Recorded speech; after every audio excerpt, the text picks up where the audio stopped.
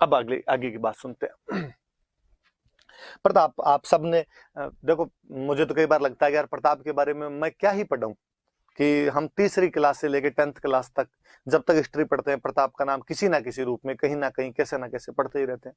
फिर प्रताप प्रातस्मरणीय है, जन जन का नायक है।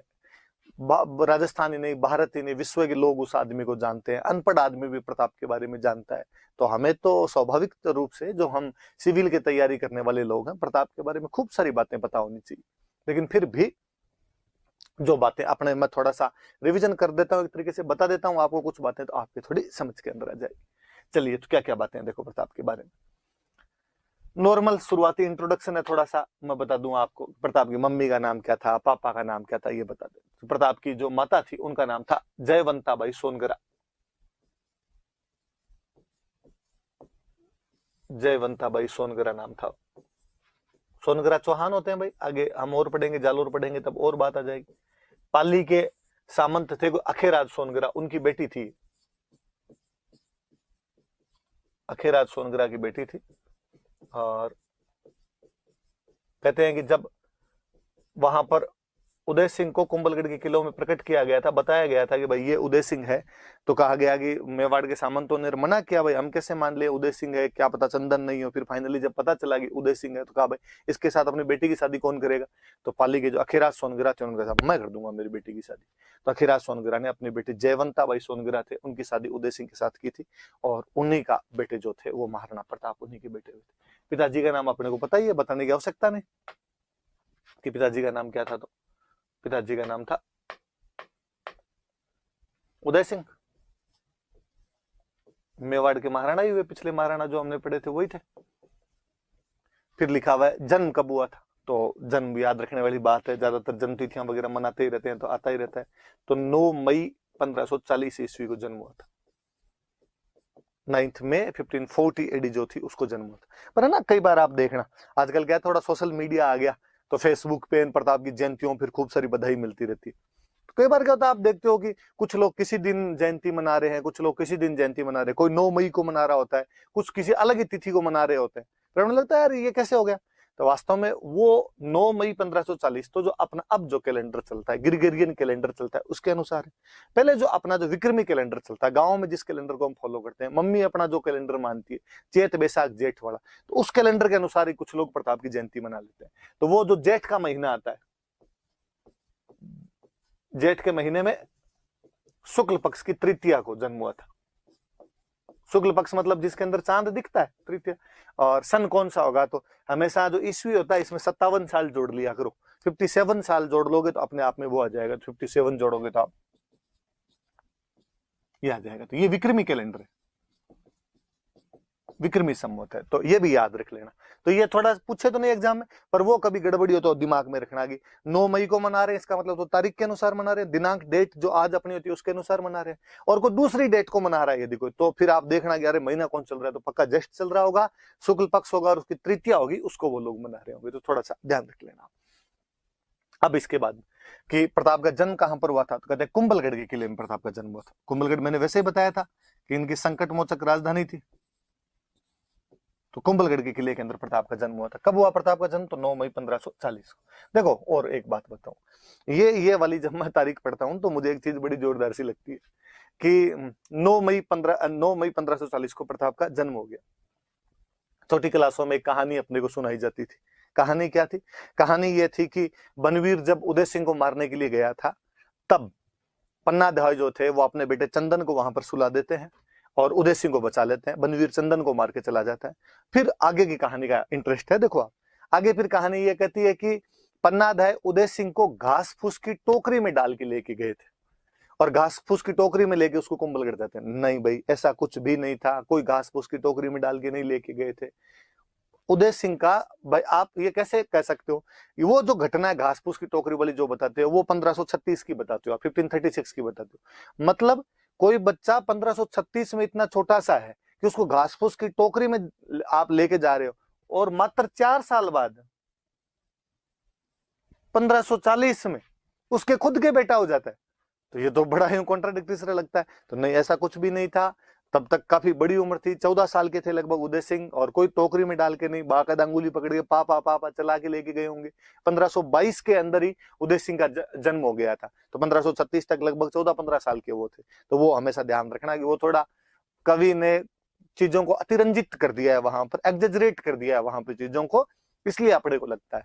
और अपने क्या एक बड़ा दुर्भाग्य है कि अपने हिस्ट्री कहानियों में पढ़ी जाती है ज्यादातर, और हम कई बार कहानियों को एग्जैक्टली इतिहास ही मानने लग जाते हैं, तो वहां पर वो कॉन्ट्राडिक्शन आए बिना रहता नहीं। तो ध्यान रखना इस बात का कि भाई 1540 में तो प्रताप ही पैदा हो गया था उदय सिंह के, तो इतना कोई छोटे वगैरह नहीं थे वो।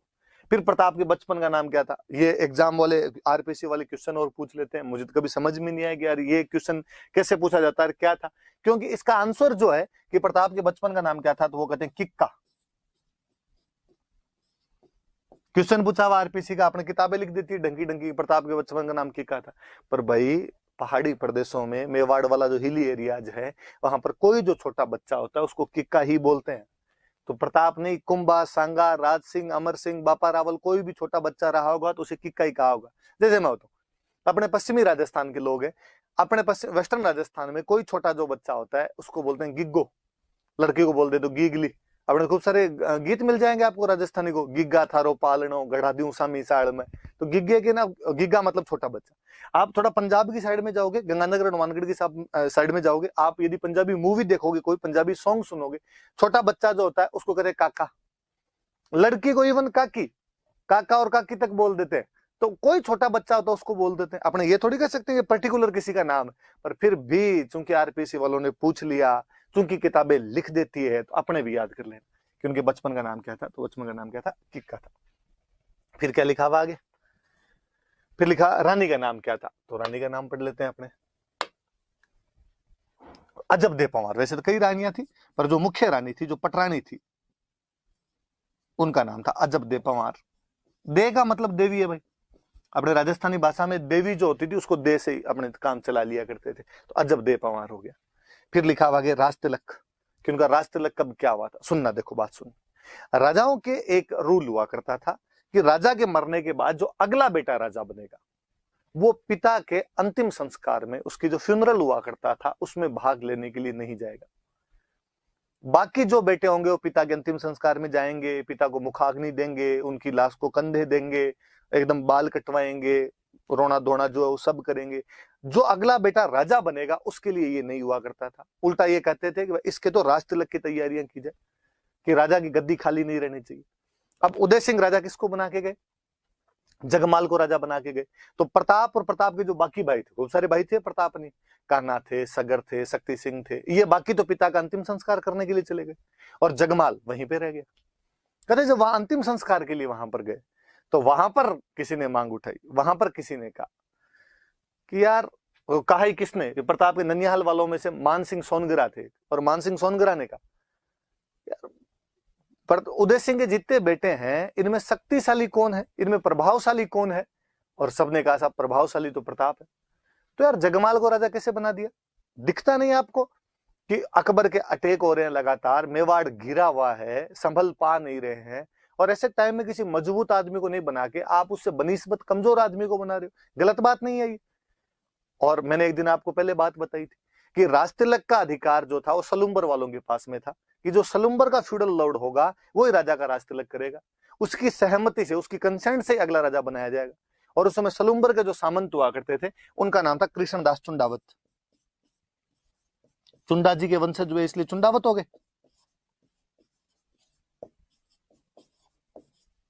कृष्णदास चुंडावत नाम था। और उन कृष्णदास जी की तरफ देखते हुए कहा कि भाई ये क्या तरीका है, और आपकी सहमति क्या जगमाल के साथ है? और उन्होंने कहा नहीं भाई, हमारी सहमति जगमाल के साथ में नहीं, और हमारी सहमति तो प्रताप के साथ में, और लो हम तो प्रताप को राजा घोषित करते हैं। तो वहां गोगुंदा के अंदर ही प्रताप को शमशान घाट में राजा घोषित कर दिया गया था। वापस आए, वापस आगे उनको कहा, जगमाल जी को कहा कि जगमाल जी आप राजा नहीं हो, हम तो राजा प्रताप को बना के लाए, राजा वाली सीट पे प्रताप बैठेगा, आप सामने वाली सीट पे जाके बैठो। हालांकि जगमाल इससे बड़े नाराज हुए थे, जगमाल यहाँ से चला ही गया था वापस, वो अकबर के पास चला जाता है, और अकबर ने उसको एक जागीर दे दी थी, जहाजपुर की जागीर दे दी थी। और आगे मैं और जब सिरोही पढ़ाऊंगा तब मैं और बताऊंगा, बाद में अकबर ने उसको आधा सिरोही दे दिया था जगमाल को, तो जगमाल यहाँ से नाराज होकर अकबर के पास में चला गया था। प्रताप तो अब याद रखने वाली कि प्रताप का राज तिलक कहां पर हुआ, तो गोगुंदा। किसने किया, तो सलुंबर वाले करेंगे। सलुंबर वाला कौन है, तो कृष्णदास चुंडावत है, इन्होंने प्रताप का राज तिलक किया था। पर प्रताप ने कहा यार मजा नहीं आया यहाँ पे, तो गोगुंदा के अंदर तो अब यूं कोई जल्दबाजी में राज तिलक थोड़ा ढंग से करवाया जाए, तमंचे भी डिस्को करें, थोड़ा डांस वांस किया जाए। तो प्रताप ने वैसे भी अपनी राजधानी भी पहले गोगुंदा हुआ करती थी उदय सिंह के टाइम में, ये कुंभलगढ़ की तरफ शिफ्ट करते हैं और अपना दोबारा विधिवत सिस्टमेटिक लीगल रूप से कोरोनेशन जो करवाया था वो बाद में कुंभलगढ़ के अंदर करवाया था। तो बाद में दोबारा राज तिलक हुआ उनका कुंभलगढ़ में। बाकायदा कुंभलगढ़ वाला जब राज तिलक हुआ तो आसपास के सारे राजाओं को न्योते दिए गए, इनविटेशन दिए गए, भाई आओ एक राजा की कोरोनेशन सेरेमनी हो रही है। और अभी भी देख लो कि अपने कहते हैं भाई फलानी जगह वो राष्ट्रपति जीत गया तो अपने मोदी जी उनको बधाई देते हैं। और आपने कभी नोटिस किया 2014 में तो अपने जब मोदी जी प्रधानमंत्री बने थे तब आसपास के सारे प्रधानमंत्रियों को बुलाया और था शपथ ग्रहण समारोह के अंदर। दूसरे देश वाले भी अपने वालों को बुलाते ही रहते हैं, तो वैसे वैसे राजा ने अपने आसपास वालों को भी बुलाया कि यार सारे आओ। बाकियों के नाम तो याद रहे नहीं रहे, एक बंदे का नोटिस करने वाली बात है, इतिहासकारों ने उसको थोड़ा ज्यादा मेंशन किया। उस समय मारवाड़ का राजा हुआ करता था चंद्रसेन। कौन था मारवाड़ का राजा, चंद्रसेन। और ये अकबर से पंगे ले रहा था, अकबर के खिलाफ लड़ रहा था। तो चंद्रसेन भी इस राज तिलक समारोह के अंदर आया हुआ था। ये बात याद रखने वाली है कि देख लो प्रताप ने अकबर का एक जो विरोधी है उसको तो स्पेशल इनवाइट किया, तू तो आया यार, तू तो बता के जा क्या कैसा चल रहा है, थोड़ी प्लानिंग बता, उस हिसाब से हम भी थोड़ा करें। तो ध्यान रखना कि कुंभलगढ़ वाले राज तिलक समारोह में मारवाड़ से कौन आया हुआ था, तो मारवाड़ से चंद्रसेन आया हुआ था। ये प्रताप की डिप्लोमेसी है कि कहीं ना कहीं वो अकबर के जो विरोधी लोग हैं उनको इकट्ठा करने का प्रयास कर रहा है, उनके साथ में गठबंधन बनाने का प्रयास कर रहा है, उनके साथ में कोलोब्रेशन करने का प्रयास कर रहा है। तो याद रखना, तो प्रताप का पहला राज तिलक तो गोगुंदा में हो गया था और उसका विधिवत सिस्टमेटिक लीगली कोरोनेशन जो हुआ था वो कुंभलगढ़ के अंदर हुआ था। ये बात याद रख लेना। राजा कब बना प्रताप, तो 1572 के अंदर प्रताप राजा बन गया था। 1597 में, तो लगभग 25 साल का शासन रहा। 28 फरवरी 1572 वही जो उदय सिंह के मृत्यु का दिन है, होली का त्योहार था, उसी दिन प्रताप का राज तिलक हुआ था। तो वो मैंने बात बताई दी थी, तो याद रख लेना। नहीं भी याद रहे तो लो मैं लिख देता हूं वापस। 28 फरवरी 1572 को राज तिलक हुआ था। आगे मृत्यु हम आगे और पढ़ेंगे तब पढ़ लेंगे। 25 साल ये याद रखना, क्योंकि मुझे याद है ये भी एक बार क्वेश्चन पूछा हुआ है कि प्रताप ने कितने वर्षों तक शासन किया था। तो प्रताप ने 25 साल शासन किया था, याद रख लेना थोड़ी बात है। ये मोटी मोटी सी बात कि मम्मी का नाम जयवंताबाई सोनगरा, पाली के खेरा सोनगरा की बेटी थी। पिता का नाम उदय सिंह, जन्म तिथि वैसे मानो तो 9 मई 1540, वैसे मानो तो ज्येष्ठ शुक्ल तृतीया, मतलब आपका वो जो विक्रमी कैलेंडर होता है उसके उसका, और जो उसका महीना है वो 15 सॉरी साल है जो उसका 1597 है। और उसका बर्थ पैलेस क्या था, तो कुंभलगढ़ के अंदर जन्म हुआ था। बचपन का नाम क्या था, किक्का, मैंने बात बताई दी आपको। रानी का नाम क्या था, खूब सारी रानियां थी, जो पटरानी आप यूं का दो उस टाइम की जो स्वीट हार्ट है वो जो थी वो अजब दे पवार थी, मुख्य जो रानी थी। और राज तिलक तो पहले गोगुंदा के अंदर हुआ, बाद में कुंभलगढ़ में। कुंभलगढ़ वाले में मारवाड़ का चंद्रसेन आया था। राज तिलक किया किसने, तो ये सलुंबर वालों के पास में राइट होता था। सलुंबर का बंदा कौन, तो सलुंबर का कृष्णदास चुंडावत था। तो राज तिलक किसने कर दिया, कृष्णदास चुंडावत। उदय सिंह जी जगमाल को राजा बना के गए थे, जगमाल को जब नहीं बनाया नाराज होकर अकबर के पास चला गया।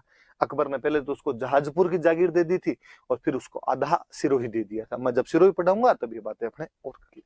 ये प्रताप की शुरुआती जानकारी अपने पास। आगे बढ़ते हैं, और क्या क्या बातें अपने पास।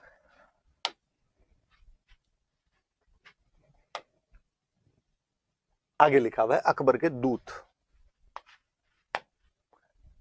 अब जब अकबर को पता चला कि महाराणा प्रताप राजा बने हैं वहां पे, तो अकबर ने महाराणा प्रताप को समझाने के लिए अपने कुछ मैसेंजर भेजे, अपने कुछ दूत भेजे।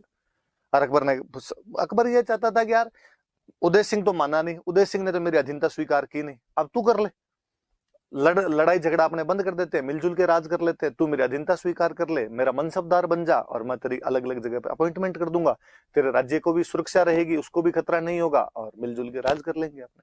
तो कहते हैं कि प्रताप को समझाने के लिए अकबर ने 4 बंदे भेजे थे, 4 दूत भेजे थे। संख्या भी याद रखना कि 4। कौन कौन थे, तो सबसे पहले एक बंदे को जिसको भेजा था उसका नाम था जलाल खां कोरची।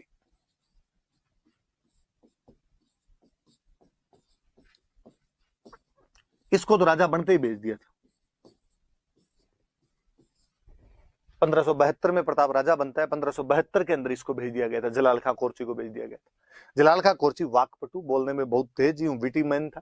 और इसको भेजा और इसको कहा कि तू यार जाके बात कर और मामला बिठा। आपने जलाल खां कोर्ची आया, आगे पहले तो अकबर की तरफ से बधाई दी कि सर आपको बहुत बहुत बधाई हो, आप राजा बने हो, बादशाह अकबर ने आपको ये देख लो साहब गुलदस्ता भेंट किया, भेजा है आपके लिए।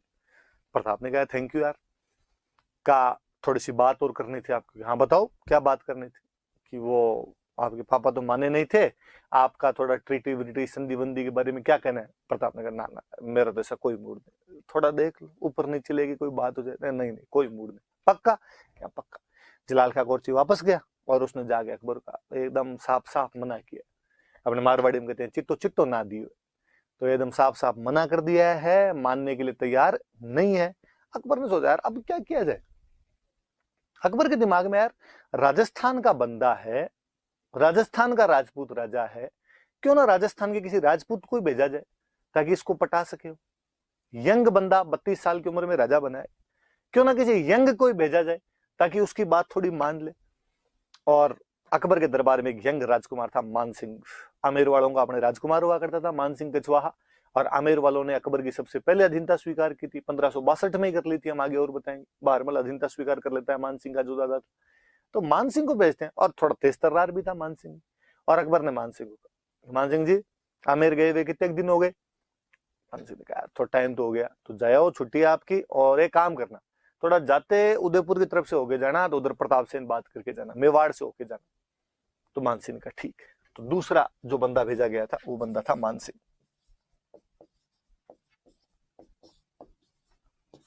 1573 में मान सिंह को भेज दिया। मान सिंह यहाँ पर आया, मान सिंह ने बात करने के लिए प्रताप को बुलाया यहाँ पे। कहते हैं बाकायदा शाम को डिनर का प्रोग्राम रखा गया, उदय सागर की जो पाल है वहां पे डिनर के लिए बुलाया गया। देखो प्रोटोकॉल होता है कि अमेरिका का विदेश मंत्री आए तो भारत का विदेश मंत्री मिल लेगा, रसिया का रक्षा मंत्री आए तो अपना रक्षा मंत्री मिल लेगा, पाकिस्तान का सूचना प्रसारण मंत्री आए तो अपना सूचना प्रसारण मंत्री, मतलब समकक्ष जो काउंटर पार्ट है आपका वो आपके उधर से बात करेगा। और प्रताप ने दिमाग लगाया कि यार आमेर का राजकुमार बात करने के लिए आया, तो क्यों ना मैं मेरे राजकुमार को भेज दूं। और प्रताप के जो बेटे थे सबसे बड़े बेटे उनका नाम था अमर सिंह, तो यार अमर सिंह को भेज दिया जाए। तो अमर सिंह को बातचीत करने के लिए भेज दिया। पर मान सिंह को ये लगता था यार मैं अकबर का दूत हूं, मेरे से बात करने के लिए तो राजा खुद है।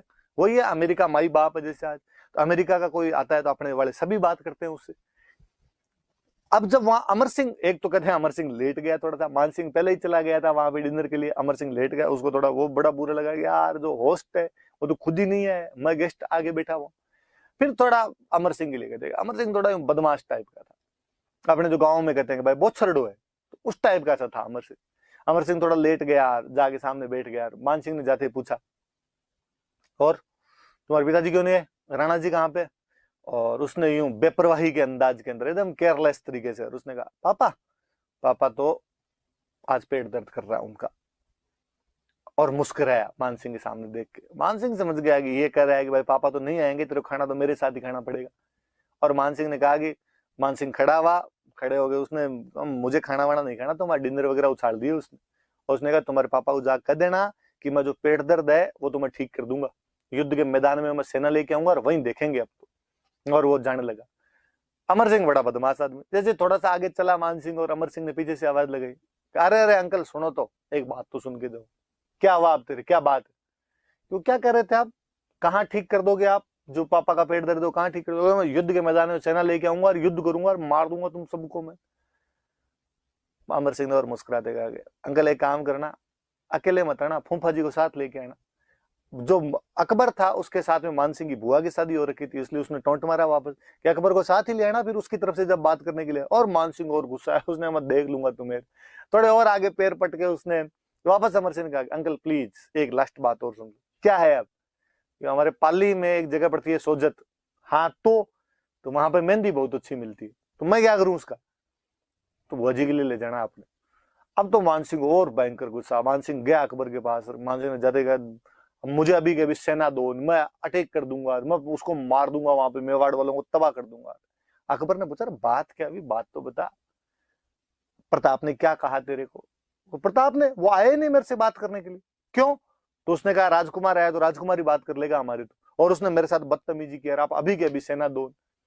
अकबर दिमाग वाला आदमी था, अकबर ने कहा बात तो सही है, जब इधर से राजकुमार आया है तो उसने भेज दिया, इसका मतलब इधर से किसी सीनियर आदमी को भेजा जाए तो फिर प्रताप बात कर सकता है। तो उसने मान सिंह जी को, साथ वाले जो दूसरे थे उनको कहा भाई साइड में लेके जाओ रे, थोड़ा ठंडा करो इसको। जून का महीना था, जून के महीने में गया था मान सिंह, तो कहा थोड़ी गर्मी चढ़ गई मान सिंह जी को साइड में लिया। और मान सिंह जी के पापा थे भगवंत दास जी, और भगवंत दास जी कहा जब वो सीनियर से मिलना चाहता था क्यों ना आप मिल लो यार जाके। तो तीसरे बंदे किसी को भेजे गए थे तो भगवंत दास जी थे। थोड़े दिन बाद में इनको भेज दिया था 1573 में, सितंबर में भेज दिया था इनको। इस बार भगवंत दास जी आए तो बाकायदा प्रताप बात करने के लिए, और प्रताप ने आगे बातचीत की।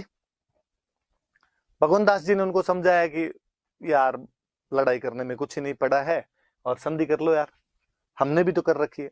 प्रताप ने उनको एक सिंपल सी बात की कि भगवंत दास जी, किसी टाइम में मेवाड़ जो था वो राजस्थान का सर्वोपरि स्टेट हुआ करता था, और आज से 50 साल पहले लगभग खानवा के युद्ध में जब अकबर के दादाजी के साथ, बाबर के साथ मेरे दादाजी राणा सांगा लड़ रहे थे, तो आपके आमेर से जो पृथ्वीराज जी थे वो हमारी तरफ से लड़ने के लिए, हमारे झंडे के नीचे लड़ने के लिए आए थे। अब हालांकि मेवाड़ में उतनी शक्ति नहीं रही होगी, पर आप आमेर वाले शक्तिशाली हो रखे हो। आप एक काम करो, आप अकबर के खिलाफ लड़ाई कर लो, मैं आपके झंडे के नीचे लड़ लूंगा, लेकिन अकबर के झंडे के नीचे तो मैं आज लड़ूं कल लड़ू। भगवान दास जी ने कहा यार मुझे लगता है तेरे दादाजी का भी थोड़ा दिमाग सरका हुआ ही था, तू वापस वही गलतियां कर रहा है, और हम तो तुम्हारे झंडे के नीचे नहीं लड़ेंगे, तुम्हें जैसे करना हो वैसे कर लो। मैं तो तुम्हें समझाने आया था, मानो तो ठीक, नहीं मानो तो ठीक। भगवान दास जी ने जाके वापस अकबर को कहा, नहीं मान रहे वो तो।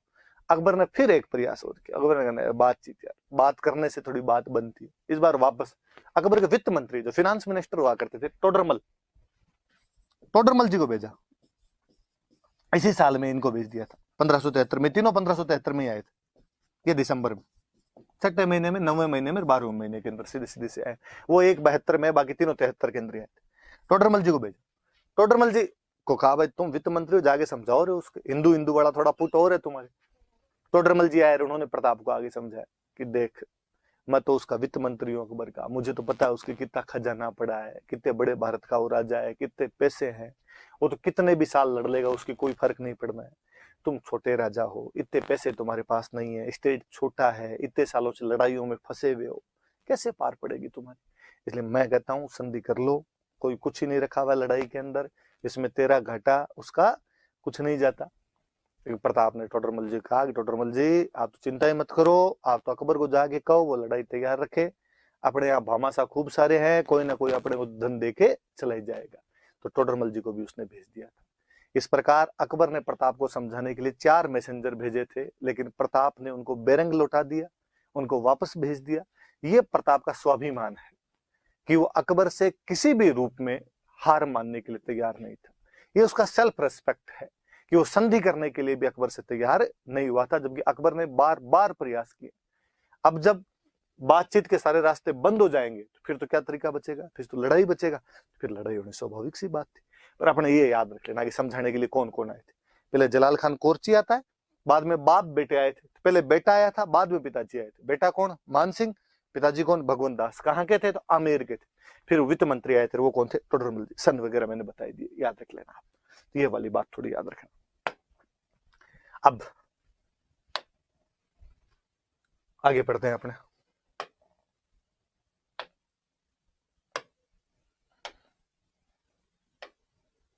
आगे बढ़ते हैं। देखो अब जब बातचीत के सारे रास्ते बंद हो गए तो युद्ध होना था। युद्ध हुआ, प्रसिद्ध युद्ध इतिहास का आप सब जानते ही हैं, मुझे ज्यादा बताने की आवश्यकता ही नहीं इस युद्ध के बारे में, फिर भी थोड़ी बात करते हैं। लिखा हुआ हल्दी घाटी युद्ध। सबसे पहले बात आती है कि कहां पे ये जगह, कब हुआ था युद्ध। जगह कहां पे? तो अपने राजसमंद जिले के अंदर ये जगह है। युद्ध कब हुआ? वापस वही जून का महीना, 18 जून 1576, यही तारीख। हालांकि कुछ इतिहासकार जो अपने हैं ये इसको 21 जून भी मानते हैं, पर अपने तो भाई राजस्थान बोर्ड वाली किताबों में उन सब में 18 जून ही दी हुई है, तो आप तो अपने 18 जून ही मान लेना। किसके बीच में युद्ध हुआ? तो भाई राणा प्रताप और अकबर की सेनाओं के बीच में युद्ध हुआ।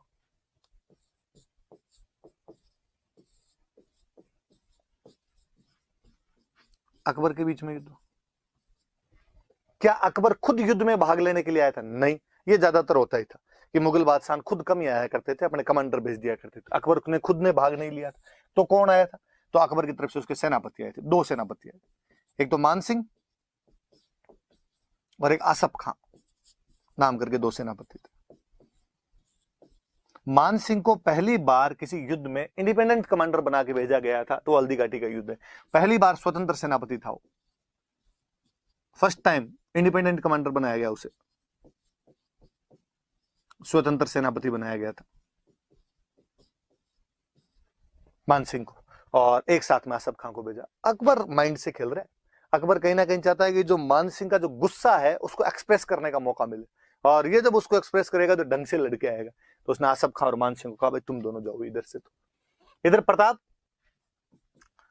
की तरफ से आसपास में जो भी मुगलों के विरोधी थे, आसपास में जो भी अकबर के विरोधी थे, उन सबको प्रताप ने इकट्ठा किया, उनकी सेनाएं आई।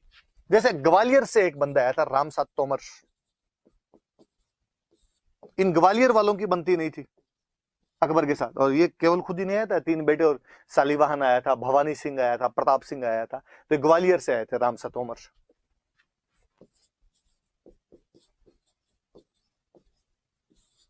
याद रख लेना आप। सलूम्बर वाले हमेशा सेनापति होते ही थे, सलूम्बर वाले राज तिलक किसने किया? कृष्णदास चुंडावत, उनका नाम याद रखना। तो कृष्णदास चुंडावत ने भाग लिया था। और अफगानों की मुगलों के साथ बनती नहीं थी, मैंने पिछले वीडियो में बताया था कि हसन खान मेवातीन महमूद लोदी उधर से लड़ लिए थे सांगा की तरफ से, इधर फिर अफगानों की तरफ से एक बंदा है हाकिम खान सूर। भील जनजाति रहती है, तो भीलों की सेना लेके आए हुए थे पुंजा, ये भीलों की सेना के साथ में आए हुए थे। तो इस प्रकार से कुछ लोग थे जो उधर प्रताप की तरफ से लड़ रहे हैं, कुछ लोग हैं जो इधर अकबर की तरफ से लड़ रहे हैं। एक अकबर के दरबार का एक इतिहासकार हुआ था बदायूनी, वो इस युद्ध में खुद आया था भाग लेने के लिए।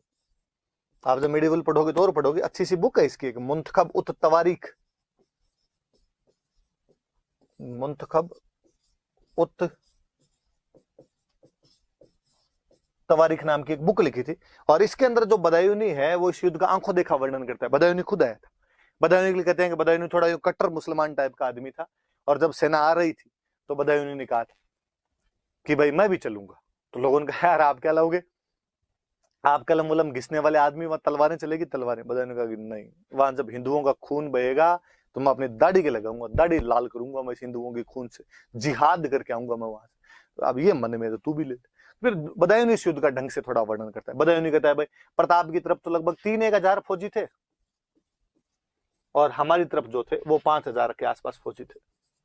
हालांकि बदायूनी इस बात से नाराज था पहले कि यार मान सिंह जैसे हिंदू को क्यों बना दिया, सेनापति क्यों बना के भेज दिया, पर फिर भी भाई अकबर ने मान सिंह को बना दिया था। मैंने बता दिया रीजन क्या रहे थे उनके बनाने के।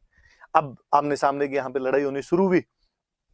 ये हल्दी घाटी जो है ये एक दर्रे का बीच की जगह है, पास है, दोनों तरफ पहाड़ियां पड़ती है, उनके पास है, वहां के बीच का एक दर्रा है। एक तरफ गोगुंदा की पहाड़ियां हैं, एक तरफ खमनोर की पहाड़ियां हैं, पहाड़ियों के बीच का दर्रा है। तो कहते हैं जो मानसिंह था, मानसिंह उधर एक जगह पड़ती है अपने मोलेला नाथ द्वारा के पास, आगे याद रखना टेराकोटा में अपने वापस याद करेंगे। और तो मोलेला में अपनी सेना लेके बैठ गया था। इधर प्रताप, इधर एक जगह पड़ती है लोसिंग, उधर अपनी सेना लेके बैठ गए थे। शुरुआत का युद्ध हुआ, प्रताप की तरफ से इतना शानदार हमला किया गया था मेवाड़ वालों की तरफ से कि मुगलों को भगा ही देते। शुरुआती टुकड़ी बहुत भारी पड़ गई थी मुगलों के ऊपर, और यहाँ पे मुगल सैनिक भागने लगे। तो मतलब बदायूनी बहुत अच्छा वर्णन करता है। बदायूनी कहता है कि आगे मान सिंह वाले फौजी थे, उधर से जब प्रताप वालों ने हमला किया तो मान सिंह की फौजी इधर भागने लगी। तो इधर मान सिंह के फौजी भाग रहे हैं, पीछे पीछे उनके मेवाड़ वाले भाग रहे हैं। तो मेरे तो ये भी नहीं समझ में आया कि तीर किस पे चलाऊं, कि इधर ही हमारे वाले भाग रहे थे, उनके पीछे मेवाड़ वाले आ रहे हैं। तो मान सिंह ने आसफ खान पास में खड़ा था और आसफ खान से पूछा कि आसफ खान तीर चलाऊं किस पे? आसफ खान ने कहा आंख बंद कर और तीर चला, दोनों तरफ से मरने तो हिंदू ही है, तेरा कर्तव्य तो जो तू लेके आया था वो तो पूरा हो ही जाएगा, तुझे हिंदुओं को मारना था, भले मान सिंह वाले मरे भले प्रताप वाले मरे। तो वो वर्णन ही करता है कि भाई वहां से हमारी सेना भाग छूटी थी। और कहते हैं जब सेना भागने लगी तो मुगल सैनिकों के अंदर एक सैनिक हुआ करता था मिहत्तर खां।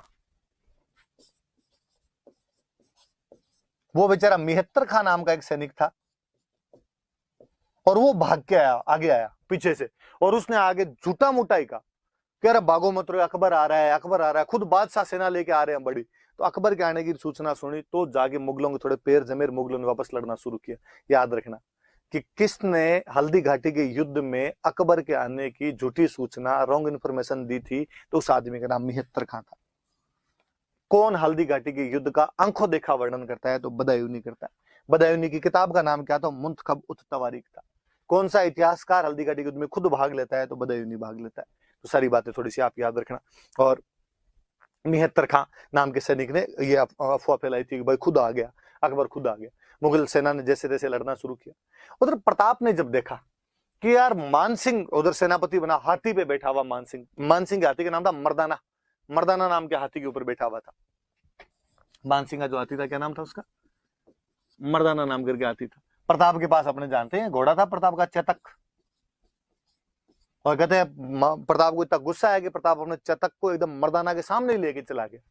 और चेतक इतना समझदार घोड़ा कि चेतक ने अपने अगले दोनों जो पैर थे वो मर्दाना की सूंड के ऊपर लगा दिए, मानसिंह के हाथी की सूंड के ऊपर लगा दिए। और प्रताप अपना भाला फेंकता है, मानसिंह जैसे तैसे होदे में बच जाता है। होदा जो ऊपर हाथी पे बैठने की जगह होती है उसके अंदर बैठ जाता है और अपने वार को उसको बचाता है। पर मानसिंह बड़ा इंटेलिजेंट आदमी था। कहते हैं कि उसकी जो हाथी की सूंड थी उसने एक चाकू लगा रखा था, एक कटार लगा रखी थी, नाइफ लगा रखा था। और जब चेतक अपने पैर उतार रहा था वापस, तब उसके अगले दोनों पैर कट गए। अब चेतक ढंग से मूव नहीं कर पा रहा था एकदम। और प्रताप ने जब देखा कि घोड़े के पैर कट गए, इसलिए वो घोड़े को जैसे तैसे करके वहां से युद्ध भूमि से बाहर निकालता है और युद्ध भूमि से बाहर निकल जाता है।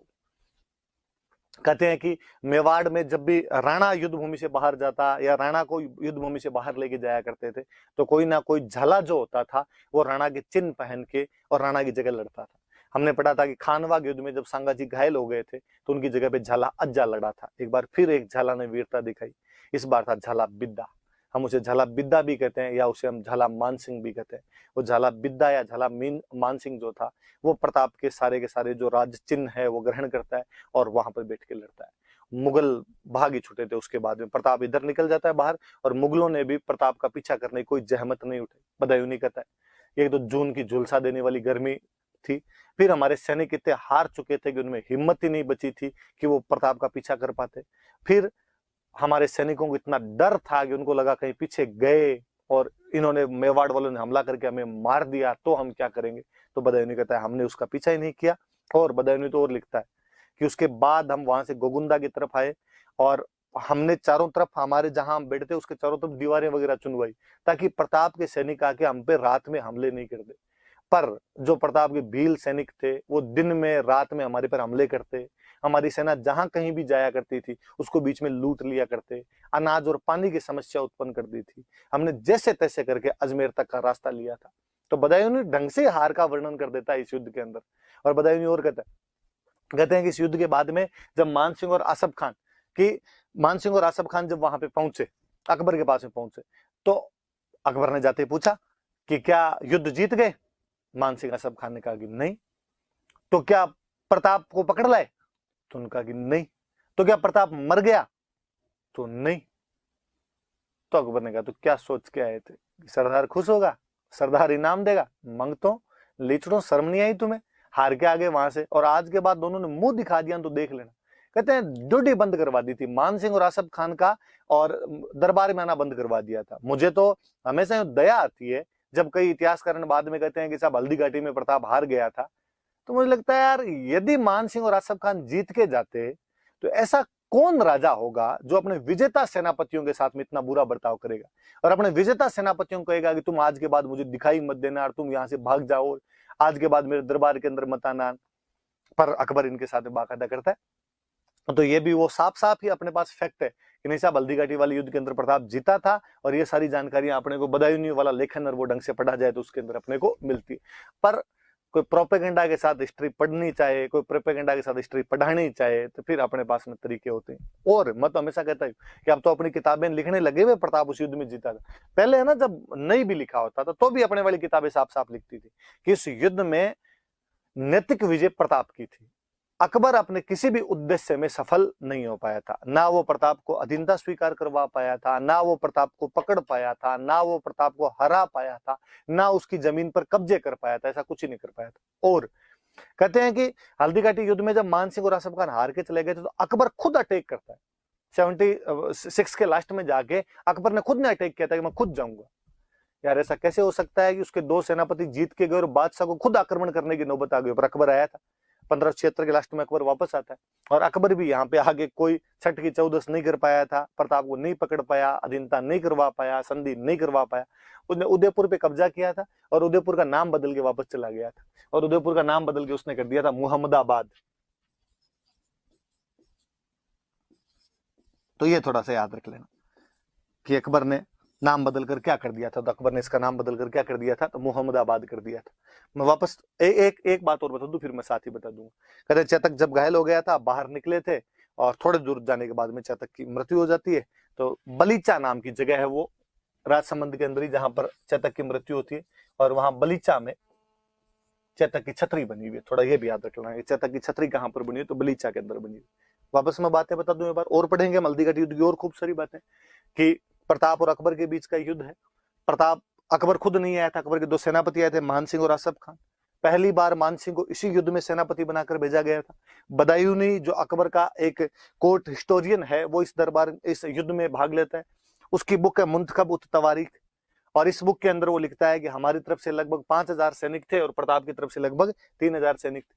प्रताप की तरफ से ग्वालियर का रामसात तोमर अपने 3 बेटों सालीवाहन, भवानी सिंह और प्रताप सिंह के साथ में आया था। युद्ध में लड़ते हुए वीर गति को प्राप्त हुए थे सारे के सारे। और सलुम्बर के सामंत कृष्णदास चुंडावत थे।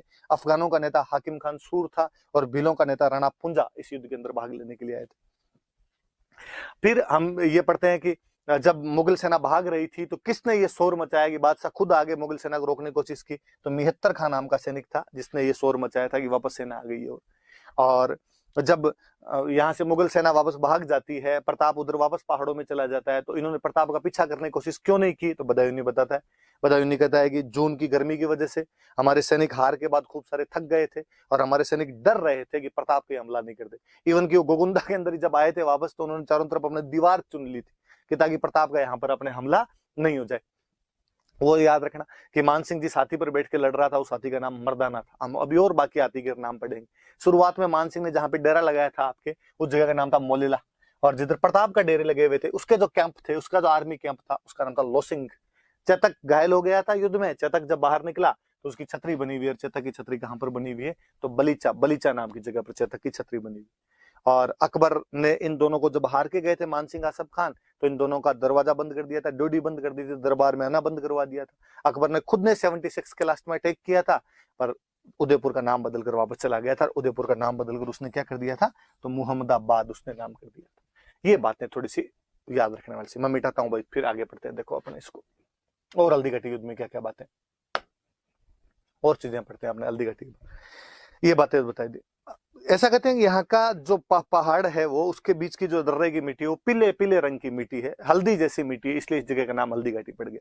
हालांकि इस बार अपने जो किताबें चेंज की, तो भगवान जाने कौन भोंगल था, उसने नया इफेक्ट जोड़ दिया। उसने कहा कि इसमें महिलाएं लड़ी थी, महिलाओं के हाथ में हल्दी लगी हुई थी, इसलिए नाम हल्दी घाटी है।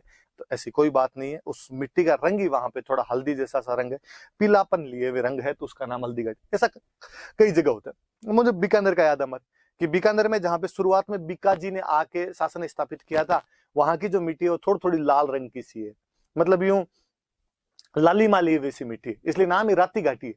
मारवाड़ी के अंदर जो लाल रंग होता है उसको अपना राता बोलते हैं, तो उसका नाम राती घाटी पड़ गया। वैसे ये थोड़ा पीले रंग लिए हुए, तो इसका नाम क्या हो गया, अपने आप में हल्दी घाटी नाम हो गया था। अब हल्दी घाटी युद्ध की थोड़ी और बातें। हल्दी घाटी युद्ध को अलग अलग इतिहासकारों ने अलग अलग नाम दिए, किसी ने उसको किसी नाम से पुकारा, किसी ने उसको किसी नाम से पुकारा।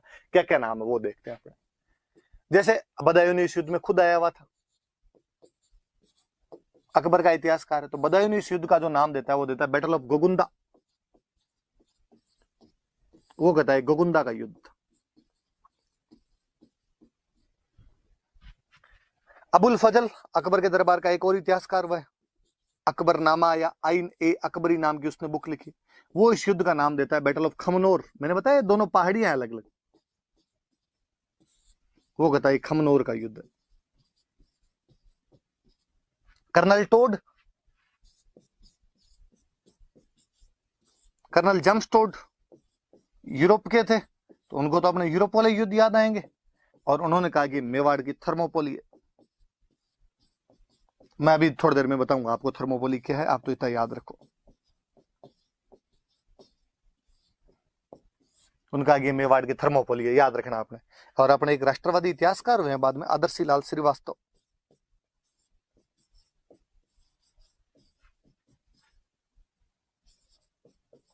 और उन्होंने वहां पे हल्दी घाटी के पास में एक जगह है बादशाह बाग, और उन्होंने कहा यार इस जगह पे हुआ है, इसलिए उन्होंने इसका नाम दे दिया बादशाह बाग का युद्ध, बैटल ऑफ बादशाह बाग जगह का नाम है भाई। ये भी याद रखना कि इस युद्ध में कौन कौन किस किस ने क्या क्या कहा इस युद्ध को। तो जो बदायूनी है वो इस युद्ध को कहते हैं बैटल ऑफ गोगुंदा, जो अबुल फजल है वो इस युद्ध को कहता है बैटल ऑफ खमनोर। ये दोनों अकबर के दरबारी इतिहासकार है, उसके कोर्ट हिस्टोरियन है। कर्नल जेम्स टोड, जिनको हम राजस्थान के इतिहास का पिता कहते हैं, father of history of Rajasthan कहते हैं, वो इस युद्ध को कहते हैं मेवाड़ की Thermopylae, Thermopylae of Mewar. Thermopylae में अभी बताऊंगा क्या है। और आदर्शी लाल श्रीवास्तव है, वो कहते हैं इस युद्ध का नाम है बादशाह बाग का युद्ध, जगह का नाम है वहां पे बादशाह बाग, तो वो कहते हैं इस जगह पे हुआ था, तो बादशाह बाग का युद्ध। तो थोड़ी अलग अलग चीजें थोड़ी याद रखिए। तो और जो मैं बता रहा था कि प्रताप की उधर मानसिंह का जो हाथी था उसका नाम था मर्दाना। कहते मुगलों की तरफ से एक हाथी और था, उसका नाम था गजमुक्ता। और इस गजमुक्ता को इधर से प्रताप की तरफ से एक हाथी लड़ रहा था लूणा, उस लूणा के खिलाफ लड़वाने के लिए लेके आए थे। तो प्रताप की तरफ से एक हाथी था लूणा, उधर से नाम था गजमुक्ता। फिर प्रताप का एक हाथी था जिसे मुगल सेना ने पकड़ लिया था, उस हाथी का नाम था राम प्रसाद। इसको पकड़ के ले गए थे, और जब लेके गए तो अकबर ने पूछा भाई साथी का क्या नाम है, लोगों ने कहा राम प्रसाद। पर अकबर ने कहा कि नहीं भाई, ये पीर बाबा के प्रसाद से हमें मिला है, पीर बाबा के आशीर्वाद से हमें मिला है, इसलिए इसका नाम बदल कर मैं क्या करता हूँ, पीर प्रसाद। थोड़ा सा याद रखना कि एक कौन सा हाथी मुगल सेना को मिल गया था जिसका नाम बाद में बदल दिया गया था, राम प्रसाद मिला था, नाम बदल के पीर प्रसाद कर दिया। कुल मिला के ये दो हाथियों के नाम याद रखने हैं जो प्रताप की तरफ से लड़ रहे थे, ये दो हाथियों के नाम याद रखने जो मुगल सैनिकों की तरफ से लड़ रहे थे, राम प्रसाद और लूणा, उधर मर्दाना और गजमुक्ता। क्योंकि मुझे याद है किसी एक एग्जाम में क्वेश्चन थे, राम प्रसाद, लूणा, मर्दाना और गजमुक्ता क्या। और फिर आरपीएससी वैसे ऑप्शन और दे देती है, सुदूरवर्ती बाड़मेर के 4 गांव, मूंग की 4 किस्में, बकरी की 4 नस्ल, और आपके हल्दी घाटी युद्ध में लड़े हाथियों के नाम। तो याद रखना भाई, हल्दी घाटी युद्ध में हाथी, आप इमेजिन करो कभी कि युद्ध कितना महत्वपूर्ण रहा होगा हल्दी घाटी, कि उसमें लड़ने वाले हाथियों के नाम भी एग्जाम के अंदर पूछे जाते हैं। अपने आप में ये कितनी बड़ी बात है। उसका जो घोड़ा है, उस युद्ध का जो घोड़ा है, उसके नाम पर बाकायदा अपने स्कूटर आया करता था। चेतक कितना फेमस हुई, चेतक जो चीज थी, पुलिस वालों की जो गाड़ियां होती है उनको भी आज अपने चेतक कहते हैं। तो वो युद्ध जो है वो चरम है युद्धों का, एक अलग भावना है उस चीज के अंदर। तो हल्दी घाटी वो युद्ध है अपने जिसमें प्रताप ने अकबर को या अकबर की सेना को यहां से हराकर वापस भेज दिया था। तो वो सारी बातें अपने याद रखने वाली सी। और देखो, मैं तो हल्दी घाटी युद्ध को जब पढ़ता हूं तो मुझे लगता है यार जीत हार ये सब तो बाकी है, मुझे उसमें प्रताप की डिप्लोमेसी बड़ी शानदार सी लगती है। कि यार उस युद्ध में ग्वालियर का रामसात तोमर आया है, अफगानों की तरफ से हाकिम खान सूर है। इसका मतलब प्रताप संगठन बनाने की शक्ति में माहिर है, वो एक अच्छा ऑर्गेनाइजेशन बना सकता है, वो अच्छा एक कोलैबोरेशन करने वाला राजा है। जब हम देख रहे हैं कि उसने अकबर के विरोधियों को अपने पक्ष में कर लिया, और हाकिम खान सूर का प्रताप की तरफ से लड़ना यह सिद्ध करता है कि प्रताप सेक्युलर राजा है। और उसकी सेना में मुस्लिम सैनिक भी लड़ रहे थे। अपने इतिहासकारों ने केवल एक पक्ष को सेक्युलर दिखाने के लिए बात खूब बढ़ा चढ़ा के बताई हमेशा कि अकबर का सेनापति मान सिंह था, अकबर का सेनापति मान सिंह था, क्योंकि उधर सेक्युलरिज्म उनको स्थापित करना था। कोई ये नहीं देखता कि इधर भी ये सेम बात है। और मैं तो जब वो लास्ट वाला पॉइंट पढ़ता हूं कि प्रताप की सेना में लड़ने के लिए भील सैनिक भी आए थे, तब और लगता है कि किसी राजा ने समाज के उस वंचित समुदाय को, उस बैकवर्ड क्लास को, हाशिए पे रखे हुए समाज को, वो तबका जो समाज की मुख्य धारा से थोड़ा अलग था, उसको भी मेन स्ट्रीम में लाने का प्रयास किया है, उनको अपने बराबर लाके खड़ा किया है। तो जो अनटचेबिलिटी की जिसकी हम बात करते हैं, छुआछूत की जिसकी हम बात करते हैं, उसको भी कहीं ना कहीं दूर करने वाला कोई राजा दिखाई देता है तो प्रताप दिखाई देता है कि उसने उन वनवासियों को, आदिवासियों को अपने साथ में लाके खड़ा कर दिया था। तो वो वाले नाम जो है तो अपने आप में ये दिखाते हैं कि वो कितना ब्रॉड माइंडेड बंदा था, वो कितना समरसता फैलाने वाला आदमी था। ये सब चीजें, ये सब गुण उसके प्रताप के वहां से दिखाई देते हैं अपने को। जब हल्दी घाटी की बात ही कर रहे हैं, हम थोड़ी और बातें करते हैं। ये तो नाम वगैरह मैंने बताई दिए, नाम याद रखना आप थोड़े से, कि हल्दी घाटी का क्या इंपॉर्टेंस है। कभी आपसे मेंस में पूछ ले कि उसकी इंपॉर्टेंस बताओ, तो क्या इंपॉर्टेंस रही होगी? तो एक इंपॉर्टेंस तो ये है कि हल्दी घाटी का युद्ध एक एम्परियलिस्टिक पावर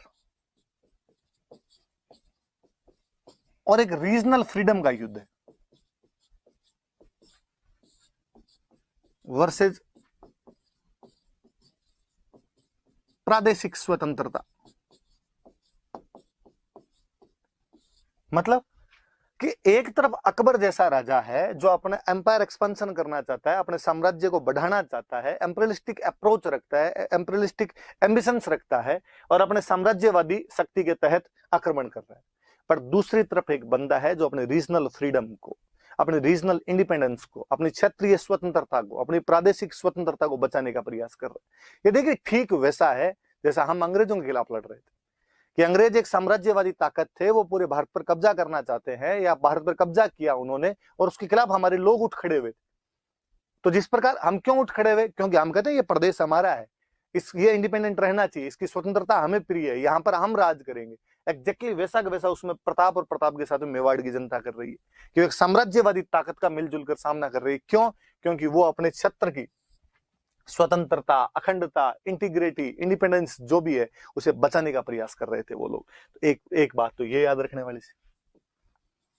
दूसरी बात है, स्वाभाविक सी बात है, अकबर एक बहुत बड़ा राजा है, उसके पास खूब सारा धन है, उसकी सेना भी बड़ी है। प्रताप, मेवाड़ एक छोटा स्टेट है, लगातार युद्धों में फंसे होने से धन भी कमजोर पड़ा होगा कहीं ना कहीं, सेना भी कमजोर है, उसके बावजूद लड़ रहे थे वो लोग। सीमित संसाधन, लिमिटेड रिसोर्सेज के बावजूद प्रताप लड़ा था। इससे उसकी जो सेना थी, उसकी जो जनता थी, उसमें एक होप और मोरलिटी की भावना जगी, आशा और नैतिकता का संचार होता उसकी सेना में। होप नजर आई है कहीं ना कहीं कि नहीं, हमारा राजा हमारे साथ खड़ा है, भले ही उसके पास संसाधन कम हो लेकिन लड़ रहा है।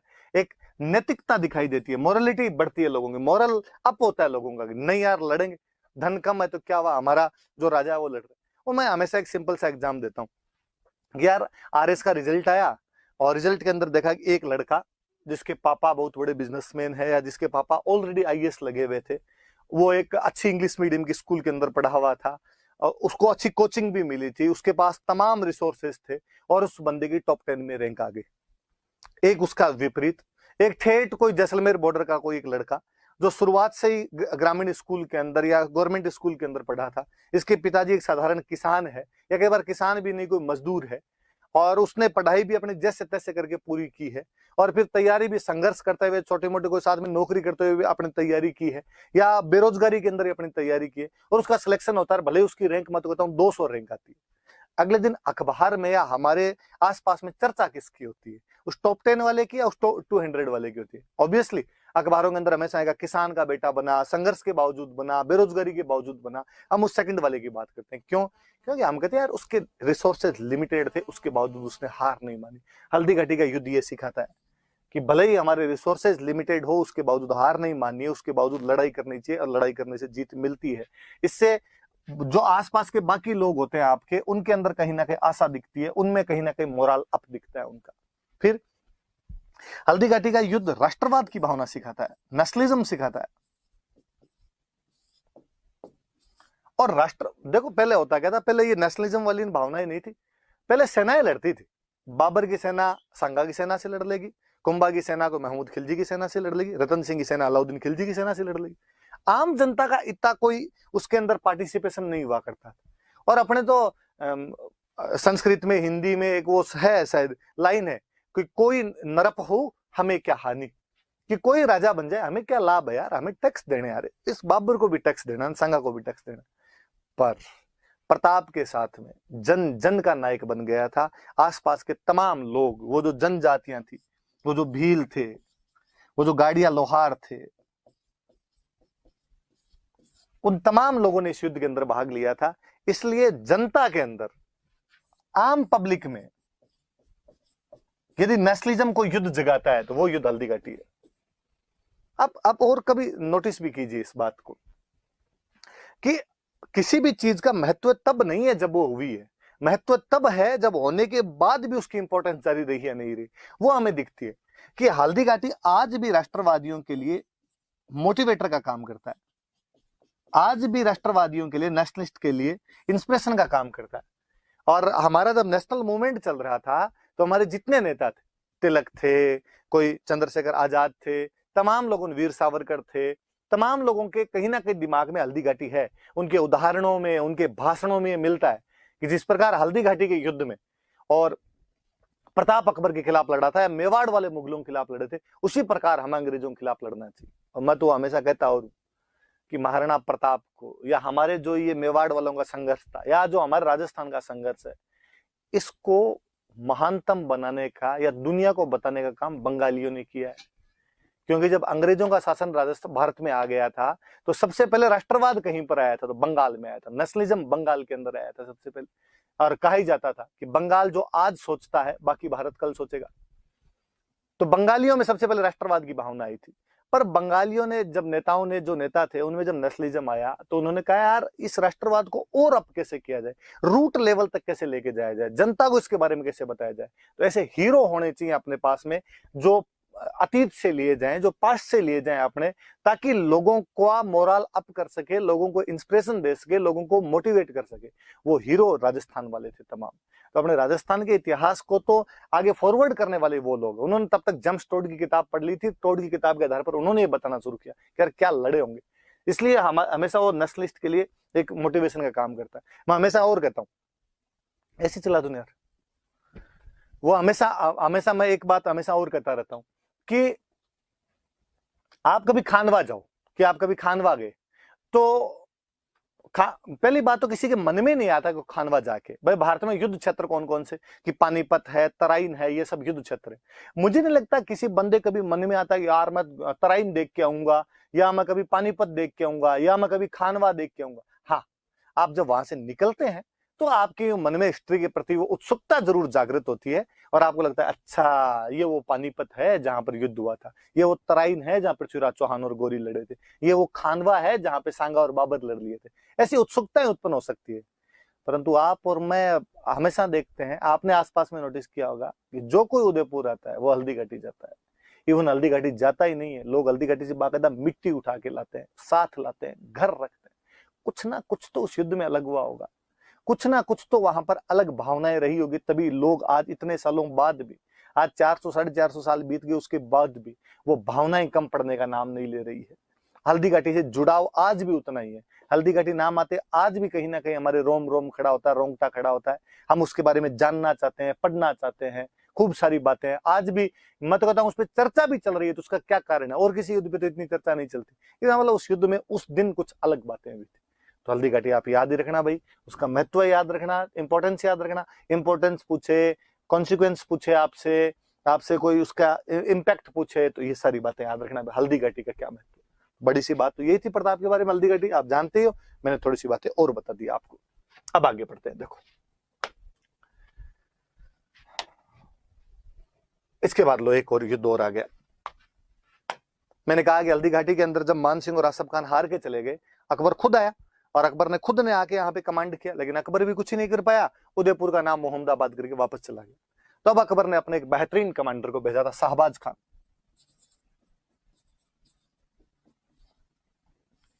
तब प्रताप की राजधानी कुंभलगढ़ हुआ करती थी, इसलिए शाहबाज खान ने कुंभलगढ़ पर अटैक किए थे। वैसे मेवाड़ वालों की इमरजेंसी कैपिटल कौन सी? कुंभलगढ़। इसलिए 3 अटैक किए थे, याद रखना भाई। ये सीधा सीधा क्वेश्चन पूछा हुआ है कि शाहबाज खान ने कुंभलगढ़ पर कितने आक्रमण किए थे? 3। या शाहबाज खान ने 3 आक्रमण कहां पर किए थे? कुंभलगढ़। या कुंभलगढ़ पर 3 आक्रमण किसने किए थे? शाहबाज खान। 77, 78, 79, 3 अटैक किए थे। और कहते भी है भाई कुंभलगढ़ के किले पे कोई कब्जा नहीं कर पाया था, पर शाहबाज खान इस पर एक बार कब्जा करने में सफल हो गया था। 3 अप्रैल 1578 को उसने कुंभलगढ़ पर एक बार कब्जा कर लिया था। प्रताप को यहां से निकलना पड़ा था। प्रताप भान सोनगरा थे, उनको ये किला देके चले गए थे। और वहीं कोल्यारी गांव पड़ता, पास कोल्यारी के पास में एक जगह पड़ती आवरगढ़, और उस आवरगढ़ को अपनी कुछ दिनों के लिए अस्थायी राजधानी बनाई थी। तो कुंभलगढ़ जब छूटा था, जब 3 अप्रैल 1578 को शाहबाज खान कब्जा कर लेता है, उसके बाद कुछ टाइम के लिए उन्होंने आवरगढ़ को अपनी राजधानी बना ली थी। कुल मिलाकर अपने याद रखने वाली बात यह कि अकबर और प्रताप के बीच संघर्ष में 3 अटैक कौन से किले पर किए गए थे? कुंभलगढ़। किसने किए थे? शाहबाज खान ने। कब्जा करने में सफल हो गया था 3 अप्रैल 1578 को।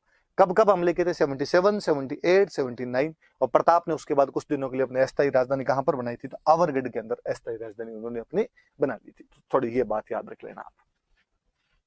और इसी टाइम कहते हैं कि जब कुंभलगढ़ पे कब्जा हो गया था तो प्रताप यहां से ईडर की तरफ जा रहे थे।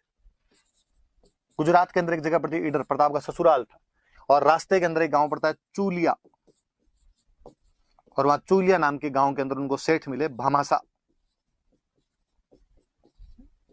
और उन्होंने कहा भाई कैसे किधर? तो कहा यार पैसे टके की व्यवस्था करनी पड़ेगी, तो अपने तो थोड़ी व्यवस्था करने के लिए मैं जा रहा हूँ। उनका चिंता ही मत करो, मैं बैठा हूं जब तक। और कहते हैं उन्होंने अपनी पूरी संपत्ति लाकर उनको दान कर दी थी, सारी संपत्ति उनको दे दी थी। कहते हैं इतने रुपए दिए थे कि 25,000 की फौज 12 साल रह सकती है।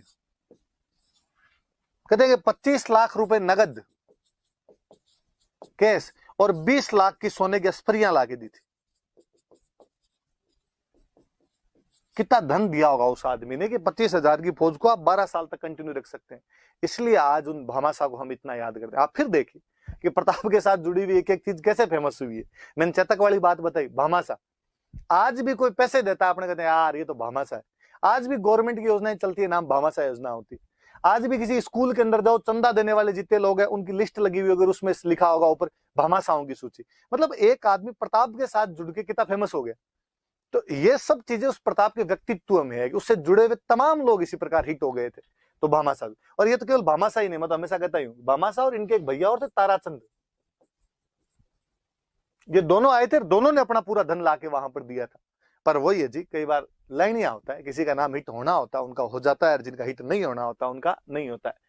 वरना ये मुकेश अंबानी और अनिल अंबानी दोनों थे, पर अपने भामाशाह याद हुआ, ताराचंद नहीं हुआ। मुझे कई बार लगता है कि यार अब तो सुनने में बड़ा अजीब सा लगे कि किसी स्कूल के अंदर भामाशाहों की सूची की जगह लिखा हो ताराचंदों की सूची, तो अपने अजीब सा लगता है यार ताराचंद कहां से आ गया। पर ये दो आदमी थे, भामाशाह और ताराचंद। और भामाशाह तो फिर हम कहने लगे कि साहब मेवाड़ का सेवियर है, मेवाड़ का उद्धारक है, रिवाइवर ऑफ मेवाड़ है, रिवाइव किया है इन्होंने मेवाड़ को। तो हमीर को भी मेवाड़ का उद्धारक कहते हैं, और इनको भी भाई मेवाड़ का उद्धारक कहा जाता है, भामाशाह को भी, याद रख लेना आप। तो इसी टाइम ये जा रहे थे, तब ये सारी घटनाएं भी थी। तो कुंभलगढ़ वाली बात याद रख लें। फिर आगे बढ़ते हैं अपना।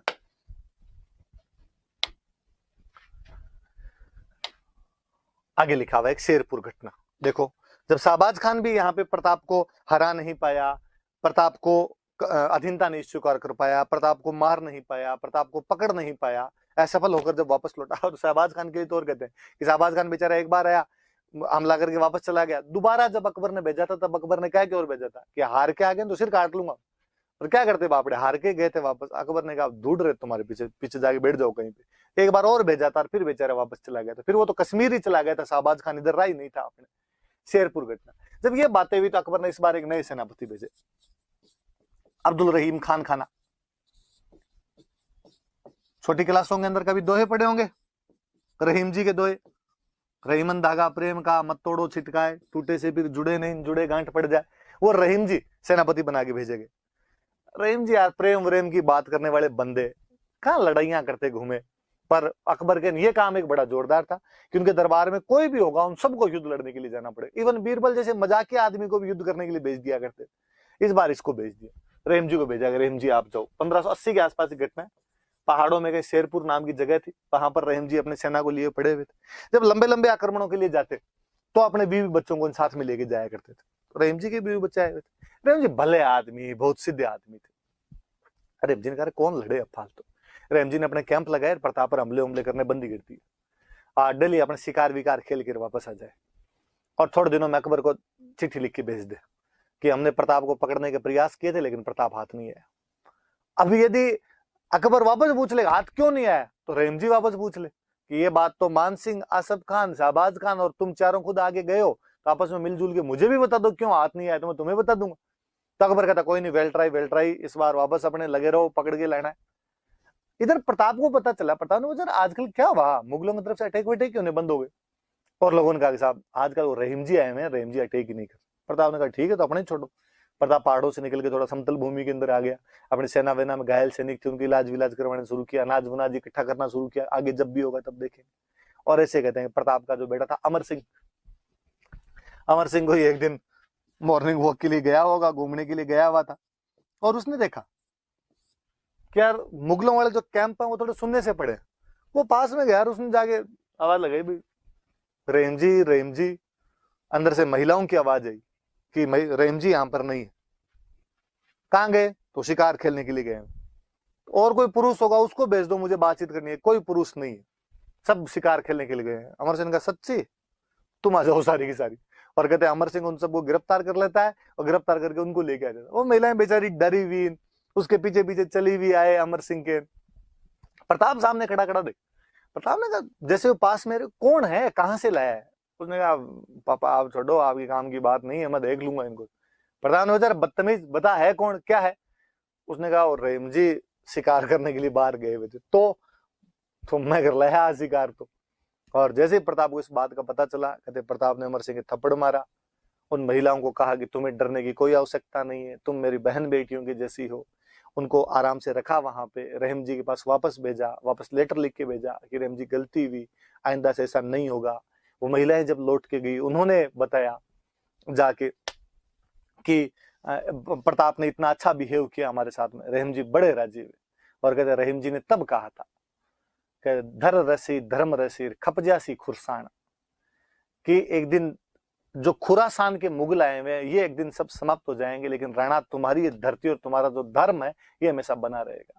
यार कोई आदमी दुश्मन की आई हुई महिलाओं को वापस भेज दे, नैतिक रूप से कितना श्रेष्ठ मनुष्य रहा होगा वो। ऐसे उदाहरण बहुत कम मिलते हैं, वरना उस समय दुश्मन की बहू बेटियों को उठाकर लाना और आपस में बांट लिया करना सामान्य सी बातें हुआ करती थी। पर यदि कोई नहीं करता है, कितना महानतम महानतम चरित्र का आदमी रहा होगा वो। प्रताप इसलिए प्रातस्मरणीय हो जाता है कि उसमें ये दूसरे गुण इतने ज्यादा है, पर हमारे इतिहासकारों ने उसके साथ में इतना वो षड्यंत्र रचा है कि केवल एक योद्धा की छवि बना के छोड़ दी गई, जबकि वो एक मल्टी डायमेंशनल पर्सनालिटी बंदा है। उसके इतने आयाम खुलते हैं व्यक्तित्व के कि आप सोच ही नहीं सकते कि वो सेक्युलर है, वो जो अनटचेबिलिटी कहीं ना कहीं उसको दूर कर रहा है, वो महिलाओं के प्रति अच्छी भावना रखता है, वो राष्ट्रवाद की भावनाएं जगाता है, वो एक सेल्फ रेस्पेक्ट वाला बंदा है, वो एक योद्धा है। सब, अब भामाशाह जैन है, वो उसके साथ युद्धों में लड़ रहे हैं। हल्दी घाटी वाले युद्ध में भामाशाह लड़े थे। अलग अलग समाज के, समुदाय के, संप्रदाय के लोगों को अपने साथ में जोड़ रहा है, वो संगठन बनाना जानता है वो आदमी। तो कहते हैं अमर सिंह उन बेगमों को बाद में वापस, अमर सिंह जिन बेगमों को लेके आ गए थे, प्रताप ने उनको वापस पहुंचाया था। ये शेरपुर वाली घटना है, थोड़ी सी याद रख लेना बस घटना। आप आगे बढ़ते हैं। देखो वापस अकबर को पता चला कि रहीम जी के साथ ये मैटर हुआ। अकबर ने रहीम जी का, रहीम जी वापस आ जाओ, प्रताप को क्या संभालोगे, लुगाई ये नहीं संभल रही है। और इस बार एक नया सेनापति भेजा गया। अकबर के खुद के अंकल थे सुल्तान खान, इस बार सुल्तान खान को भेजा कि आप जाओ और आप जाके प्रताप को पकड़ के लो। सुल्तान खान बड़े शानदार सेनापति थे। सुल्तान खान ने यहां पर आते कहते चौकियां बनाई। मुगलों की 4 चौकियां हुआ करती थी यहाँ पे। एक डूंगरपुर की तरफ एक चौकी हुआ करती थी देवल, एक उदयपुर की तरफ एक चौकी हुआ करती थी देबारी, पाली की तरफ एक चौकी हुआ करती थी देसुरी, और अपने राजसमंद अजमेर की तरफ एक चौकी हुआ करती थी दिवेर। इनमें सबसे मुख्य चौकी ये थी, मुख्य कैंप ये था, दिवेर वाला कैंप था। यहाँ पे मुगलों का पहरा सबसे कड़ा था और चारों तरफ से घेर के, चारों तरफ, चारों कोणों के अंदर बनाई। प्रताप को इसे बाहर नहीं निकलने देंगे अपने। और प्रताप पहाड़ों के अंदर जाके बैठ गया तो मुगल सेना को और कॉन्फिडेंस बढ़ा कि अरे यार डर गया इस बार तो अंदर जाके बैठ गया। यार कब तक अंदर बैठा रहेगा, एक दिन तो अपने यहाँ से बाहर निकलना ही पड़ेगा अनाज पानी के लिए, और अपने पकड़ लेंगे या उसको मार देंगे या संधि करवा लेंगे या पकड़ के ले जाएंगे उसको। और प्रताप चुपचाप एकदम देख रहा था क्या करना है क्या नहीं करना है। और 1582 में एक दिन अचानक अपने बहुत थोड़े से सैनिकों के साथ प्रताप सर्जिकल स्ट्राइक करता है। उस दिवेर नाम की जगह पर एक बेहतरीन युद्ध लड़ा गया। हल्दी घाटी के 6 साल बाद में वहां दिवेर में सुल्तान खान के खिलाफ इस बार वापस प्रताप की एक छोटी सी टुकड़ी वहां पर अचानक औचक हमला करती है उनके ऊपर। सुल्तान खान समेत पूरी सेना को उजाड़ के रख देते उस युद्ध के अंदर। तो और कहते इस युद्ध को तो अमर सिंह के लिए याद किया जाना चाहिए, जो प्रताप का राजकुमार था अमर सिंह, उसके लिए याद किया जाना चाहिए। ये बहादुरी से लड़ा था कि उसने सुल्तान खान को जब तलवार मारी थी तो सुल्तान खान को बीच में से 2 टुकड़े करके रख दिए थे उसने, घोड़े समेत चीर दिया था इस युद्ध में। तो युद्ध अमर सिंह की बहादुरी का युद्ध है। इसमें मुगल सेना नायक तक को मार दिया गया था, और मुगलों का जो सेना नायक था वो कौन था, सुल्तान खान। और इस युद्ध में कहते हैं कि आसपास वाले जो राज्य थे वो और प्रताप का साथ देने के लिए आ गए थे। ईडर, बांसवाड़ा, प्रतापगढ़, इन सब ने और प्रताप का साथ दिया था। और जेम्स टोड तो इसे इतना खुश है कि जेम्स टोड कहता है ये मेवाड़ का मैराथन है। तो याद रखना कि जेम्स टोड ने हल्दी घाटी को कहा था मेवाड़ की थर्मोपोली, और इस युद्ध को वो कहता है मेवाड़ का मैराथन। मेवाड़ का मैराथन है ये युद्ध तो अपने आप के अंदर। मैं अभी बताऊंगा थर्मोपोली और क्या है। पर देखो चार चीजें। एक तो इस युद्ध में प्रताप जीत गया, एक ये कि अमर सिंह ने इसमें मुगल सेनापति सुल्तान खान को मार दिया था, एक ये कि आसपास वाली सारी रियासतें प्रताप का साथ देने के लिए आई थी, और जेम्स टोड इसको कहता है मेवाड़ का मैराथन। आप सोचिए षड्यंत्र कितना बड़ा होगा कि एक यूरोपियन इतिहासकार उस युद्ध के बारे में इतनी अच्छी बातें कहता है और उसको मैराथन के युद्ध के बराबर बताता है। मैं और बताऊंगा आपको मैराथन के युद्ध के बारे में। और हमारे इतिहास में दिवेर का नाम नहीं है। हल्दी घाटी को बच्चा बच्चा जानता है, पर दिवेर के बारे में कोई नहीं जानता। इतिहासकारों ने कितने सुविचारित तरीके से हल्दी घाटी छापा, और उसमें भी लास्ट में लिखा और कि प्रताप जीता नहीं था। और दिवेर चूंकि साफ साफ दिखता है कि साहब मुगल सेना ने कोई मार गए, किंतु परंतु करने की बात नहीं, खा गए, छुपा गए, बताना जरूरी नहीं समझा। क्योंकि यदि दिवेर बताते हैं तो कई बातें बतानी पड़े, क्योंकि दिवेर बताते हैं तो ये बताना पड़े कि प्रताप संगठन बनाने में बहुत अच्छा था, आसपास की सेनाएं भी उसके साथ में आ गई थी। दिवेर बताए तो ये बताना पड़े उस युद्ध के अंदर कि उसमें मुगल सेना की साफ साफ हार हुई है, इवन यहां तक कि मुगल सेनापति तक मारा गया है। दिवेर बताते तो उन्हें बताना पड़ता कि अमर सिंह भी अपने पिता के समान उतना ही बड़ा महान योद्धा था, और उसने सुल्तान खान को अपने तलवार के एक वार से समेत घोड़े चीर के रख दिया था। पर हमारे इतिहासकारों को ये नहीं बताना, उनको कहानियां सुनानी कि हल्दी घाटी युद्ध के बाद में प्रताप की आर्थिक हालत खराब हो गई थी, प्रताप के बेटे के हाथ में घास की रोटी थी, अमर सिंह के हाथ में वन बिलाव घास की रोटी छीन के भाग गया था। और वो जो कविताएं, वो कहानियां जो इतिहास में पढ़ाई जाती है, हरे घास री रोटी ही जब बन बिलावड़ो ले भाग्यो, छोटो सो राजकंवर रहो रणारो सुत्यो दुख जाग्यो, वो कविता है। हम कन्हैयालाल सेठिया के लाख लाख आभारी हैं, उनको कोटि कोटि धन्यवाद कि उन्होंने एक महानतम कविता के जरिए जन जन की वाणी तक प्रताप की संघर्ष की गाथाएं या प्रताप की कहानियां पहुंचाई। परंतु इतिहास नहीं है। जहां ना पहुंचे कवि, जहां ना पहुंचे रवि वहां पहुंचे कवि।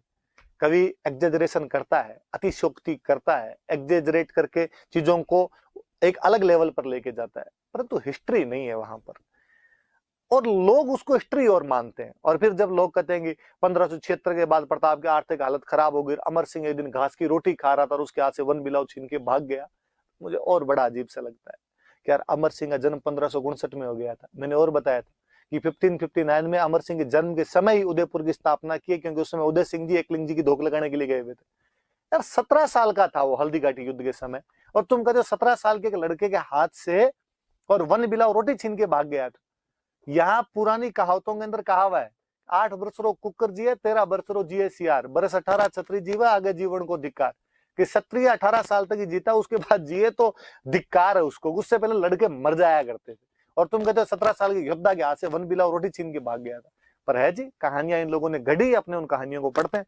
दिवेर याद किया जाना चाहिए, दिवेर की जयंतियां मनाई जानी चाहिए, दिवेर बताया जाना चाहिए कि किस प्रकार एक राजा ने इतने बड़े शक्तिशाली सम्राट को सर्जिकल स्ट्राइक करके हरा दिया था, पूरी सेना को तितर बितर करके वहां से फेंक दिया था। तो दिवेर याद रखना। अब लो मैं इस मैराथन वाली बात पे आता हूं, ये थोड़ा बताता हूं आपको। दो चीजें, एक युद्ध के लिए जेम्स टोड कहता है मेवाड़ का मैराथन, एक युद्ध के लिए जेम्स टोड कहता है मेवाड़ की थर्मोपोली। वापस बात सुनना।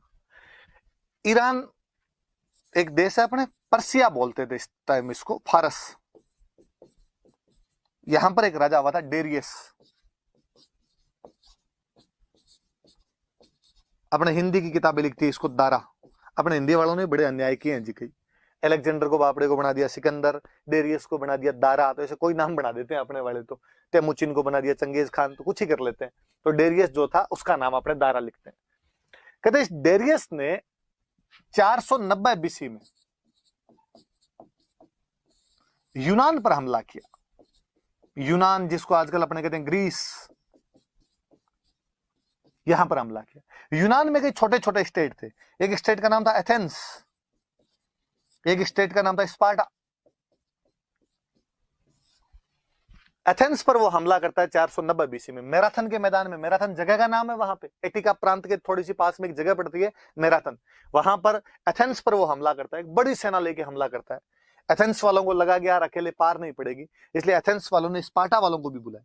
और मैं बताऊं एथेंस स्पार्टा की बात, एथेंस वो राज्य है जो पढ़ाई लिखाई में ध्यान देता था। दुनिया के महानतम महानतम जो फिलोसोफर हुए, सोक्रेटिस, प्लेटो, अरिस्टोटल, सुकरात, अरस्तु, प्लेटो, ये जो हुए ये सारे के सारे एथेंस के हुए। पढ़ाई में बहुत अच्छे थे। स्पार्टा वाले लड़ना जानते थे, केवल स्पार्टन्स लड़ाई में बहुत अच्छे थे। एथेंस वालों ने एक अपना बंदा भेजा, एक बंदा था फिसिपिडीज, फिसिपिडीज नाम करके बंदा था। इसको कहा कि तू जा और जाके स्पार्टा वालों का कि स्पार्टा वालों हमारी सहायता करने के लिए आओ, मैराथन के मैदान में हम पर्सिया के खिलाफ लड़ रहे हैं। कहते हैं बरसात का समय था, घोड़े चल नहीं सकते थे, इसलिए फिसिपिडीज दौड़ के जाता है, दौड़ लगाता है।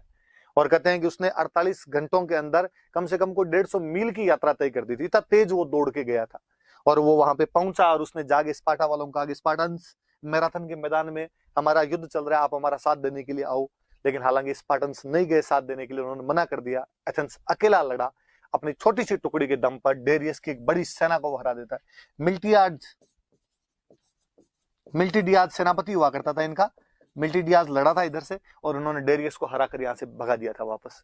जेम्सटोड कहता है जिस प्रकार एथेंस की एक छोटी सी टुकड़ी ने उस मैराथन के मैदान में एक बाहुबली सम्राट डेरियस की सेना को वापस भगा दिया था, कुछ उसी प्रकार प्रताप की एक बहुत छोटी सी टुकड़ी ने दिवेर के उस मैदान के अंदर सुल्तान खान की एक बड़ी सेना को हरा दिया था, मुगल बादशाह अकबर की एक बड़ी सेना को हरा दिया था। वो कहता दिवेर मेवाड़ का मैराथन है। फिसिपिडीज दौड़ के गया था, मैराथन के युद्ध में बुलाने के लिए गया था, लंबी दूरी तय की थी मैराथन के युद्ध में एथेंस स्पार्टा वालों को बुलाने के लिए। इसलिए आज भी हम लंबी दौड़ जितनी भी होती है उन सबको हम मैराथन की दौड़ कहते हैं। कहते हैं डेरियस की इस हार का बदला लेने के लिए इसके ठीक 10 साल बाद 480 बीसी में उसके बेटे जरक्सीज ने वापस हमला किया। इस बार थर्मोपोली वाली जगह पे लड़ाई हुई। थर्मोपोली भी वहां पर एक जगह का नाम है, वहां पर लड़ाई हुई। इस बार एथेंस और स्पार्टा मिलकर लड़े थे। जरक्सीज की एक बहुत बड़ी सेना थी और इस बार जो सेनापति था वो स्पार्टा वालों की तरफ से एक सेनापति गया था, लियोनिडास नाम का एक सेनापति गया था। और कहते हैं सेना हालांकि वैसे 10,000 की थी पर स्पार्टन्स उसमें 300 ही थे। और ये 300 स्पार्टन्स क्या जीत जान से लड़े होंगे। यदि आपने हॉलीवुड की मूवी 300 देखी है तो और आप ढंग से देखोगे। ये जीत जान मतलब प्राणों की अंतिम बाजी लगा दी थी अपने देश को बचाने के लिए। जेम्सटोड कहता है जिस प्रकार उस थर्मोपोली के मैदान के अंदर मात्र कुछ थोड़े से लोगों ने अपने देश को बचाने के लिए जी जान लगा दिया था, उसी प्रकार हल्दी घाटी के मैदान में उन मेवाड़ के योद्धाओं ने अकबर जैसे एक बड़े सम्राट की सेना को हराने के लिए अपना सर्वस्व त्याग कर दिया था। इसलिए वो कहता है हल्दी घाटी मेवाड़ की थर्मोपोली है, वो कहता है दिवेर मेवाड़ का मैराथन। तो ये बात याद रख लेना भाई। तो आप 300 मूवी देखोगे तो उसके अंदर आप चीजें और देख लोगे, तो आपको कि ये थर्मोपोली और इनको ये क्यों कहा जाता, तो उसके पीछे रीजन ये। अपने किसी राजस्थानी कवि का एक अच्छा सा दुआ है कि दोहरा घाट्या ताल रो अंटिलो इतिहास, गांव गांव थर्मोपोली घर घर लियोनिडास। कि हमारे राजस्थान का तो इतिहास ही अजीब है। जेम्सटोड कह के गया था कि यहाँ के गांव गांव में थर्मोपोलियां हैं, घर घर में लियोनिडास हुए हैं। उसने कहा हमारे तो एक थर्मोपोली और एक लियोनिडास है, इनके हर गांव में थर्मोपोली जैसे युद्ध में, हर घर में लियोनिडास जैसे डाकी पैदा हो गए। कितनी तारीफें की उसने। एक बाहर का आदमी इतनी बातें बता के गया, लगा होगा उसको कुछ तभी बता के गया वो इन चीजों को। तो ये बातें याद रख लेना, लिखना मत भले पर दिमाग में रहनी चाहिए अपने, कोई पूछ ले अपने से। और आगे बढ़ते हैं। देखो आगे देखो, कहते हैं अकबर ने फिर ट्राई की। इस बार वापस 1585 में मानसिंह के अंकल हुआ करते थे जगन्नाथ कछवाहा, जगन्नाथ कछवाहा को अटैक करने के लिए भेजा कि जगन्नाथ तुम जाओ और तुम अटैक करके आओ। लेकिन जगन्नाथ कछवाहा को भी सफलता नहीं मिली, ये भी वापस चला गया था। और फिर अपने तो वापस जाते थे, भीलवाड़ा में डेथ ही हो गई थी मांडल के अंदर, तो वहां मांडल में छतरी और बनी हुई जगन्नाथ कछवाहा की। तो 1585 में अटैक हुआ था। याद रखने वाली बात यह है कि ये अंतिम आक्रमण है अकबर की तरफ से, इसके बाद में कोई अटैक नहीं हुआ। तो पूछे अकबर की तरफ से प्रताप पर अंतिम सेनापति कौन आया था, तो अंतिम सेनापति जो आए थे वो थे जगन्नाथ कछवाहा, अंतिम सेनापति के रूप में आए थे यहाँ पे। 1585 में आक्रमण किया था, लेकिन उनको भी सफलता नहीं मिली थी। हालांकि इस बार प्रताप को गुस्सा है और प्रताप ने कहा यार ये कछवाहे क्या मांगते हैं। कभी मान सिंह आ जाता है, कभी भगवान दास लड़ने के लिए आ जाता है, कभी माधो सिंह आ जाता है, कभी जगन्नाथ आ जाता है। और प्रताप ने इस बार आमेर के इलाके पर कब्जा कर दिया था। और आमेर का एक सबसे व्यापारिक केंद्र, जो मुख्य व्यापारिक केंद्र था, मालपुरा था। कहते हैं प्रताप ने मालपुरा पर आक्रमण किया था और यहाँ पे कब्जा कर लिया था, मालपुरा पर अधिकार कर लेता है। तो ये बदला लिया था उसने कछवाहों से। इसके बाद अकबर ने, प्रताप की डेथ 97 में हुई है, तब तक 12 साल तक अगले वापस कोई उसने अटैक नहीं किए थे। तो ये थोड़ा सा याद रख लेना। आगे बढ़ते हैं, देखो और क्या है। आगे लिखा प्रताप के निर्माण कार्य। दो बातें देखो मैं अभी बताई जो, एक तो जब उसने माल निर्माण कार्य मतलब उसने क्या क्या करवाए थे, काम क्या क्या करवाए थे। एक तो जब उसने मालपुरा पर कब्जा किया था,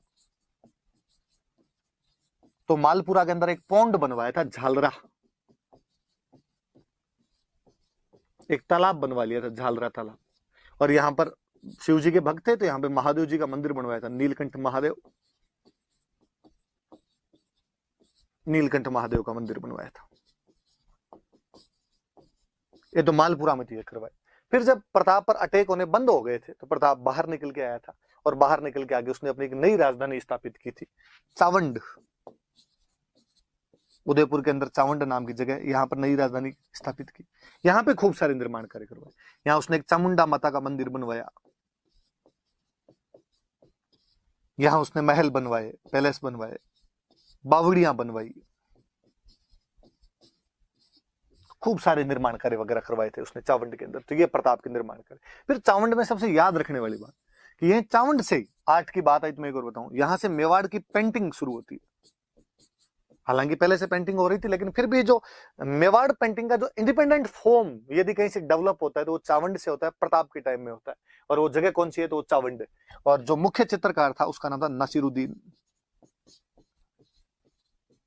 देखो क्या षड्यंत्र है कि प्रताप का नाम आते अपने दिमाग में केवल उसकी एक ही छवि आती है, वॉरियर्स, लड़ने वाला राजा। क्योंकि पढ़ाए वो गया। दूसरी चीज इसलिए नहीं पढ़ाई गई क्योंकि यदि ये बताते कि प्रताप ने आर्ट एंड कल्चर के डेवलपमेंट भी किया गया था, तो हम पूछते कि कौन सी। तो जैसा पेंटिंग, तो एक तो उसका एक अलग आयाम खुलता है, एक अलग डायमेंशन अपने को पता चलता है कि साहब वो एक कल्चर को प्यार करने वाला बंदा भी था। फिर दूसरी बड़ी बात, फिर पूछते यार पेंटर कौन थे, तो कहते पेंटर तो नसीरुद्दीन था। झक मरा के लिखना पड़ता कि सेकुलर राजा था। उनको वो सेकुलरिज्म एक साइड में दर्शाना इसलिए खाई गए। बाकी नासिरुद्दीन जैसा चित्रकार उसके दरबार के अंदर हुआ करता था। ये भी अपने आप में गौर करने वाली बात है, ध्यान देने वाली बात। याद रखना कि प्रताप का चित्रकार कौन था, नासिरुद्दीन था। कहां से चित्रकला की शुरुआत की थी, चावंड से। और चावंड में उसने चामुंडा माता का मंदिर बनवाया था, महल बनवाए थे, बावड़ियां बनवाई थी। मालपुरा के अंदर उसने झालरा पौंड तालाब बनवाया था, और एक नीलकंठ महादेव का टेम्पल बनवाया था। और पढ़ते हैं देखो। और जब कहते हैं प्रताप या उसने शांति काल के अंदर ही बिताए थे, अपने 12 साल शांति काल के अंदर ही बिताए थे। मतलब इवन वो कितना महान राजा रहा होगा। कहते हैं कि उसने वे सैनिक जो शहीद हो गए थे उनके परिवार वालों के पुनर्वास की व्यवस्था की थी। जो आज जो आप पढ़ते हो ना कि शहीदों के परिवारों को प्लॉट मिला, शहीद के परिवार को पेट्रोल पंप मिला, ये उस टाइम प्रताप कर रहा था। ये सब बातें वीर गति में जितने प्राप्त हुए उनके बच्चों का मैं ध्यान रखूंगा। तब जाके जनता जुड़ती है साथ में, तब जाके जनता को लगता है कि नहीं, हमारा राजा हमारे लिए लड़ रहा है, हम इसका पूरा पूरा साथ देंगे। तब ये सब चीजें आती है। और पढ़ते हैं देखो आगे। तो याद रखना, कभी आंसर के अंदर लिखना कि उसने शहीदों के परिवारों के लिए क्या क्या व्यवस्था कर दी थी। आगे आगे लिखा हुआ है उसके दरबार में विद्वान कौन कौन थे, थोड़े पढ़ लेते हैं। देखो इस बार मेंस में क्वेश्चन था। जैसे एक विद्वान थे इसके दरबार में, चक्रपाणि मिश्र।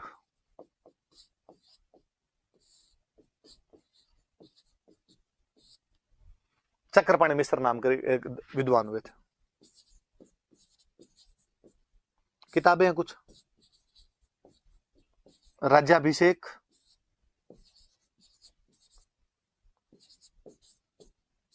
मुहूर्त माला और विश्व वल्लभ।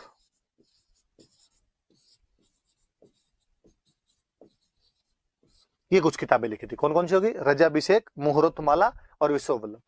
राज्याभिषेक नाम से पता चलता है, राजतिलक कैसे किए जाते हैं उनके बारे में। मुहूर्त माला ज्योतिष एस्ट्रोलॉजी जो होती है उसकी जानकारी देती है। याद रखने वाली ये विश्व वल्लभ, इस बार मेंस में क्वेश्चन था। ये बगीचों की जानकारी देने वाली किताब है। हॉर्टिकल्चर, उद्यान विज्ञान, हॉर्टिकल्चर की जानकारी जिस बुक से मिलती है विश्व वल्लभ है। तो कहते हैं कि प्रताप को बगीचों में, बागवानी में, गार्डनिंग में, हॉर्टिकल्चर में बड़ी रुचि थी, हॉबी थी उसकी।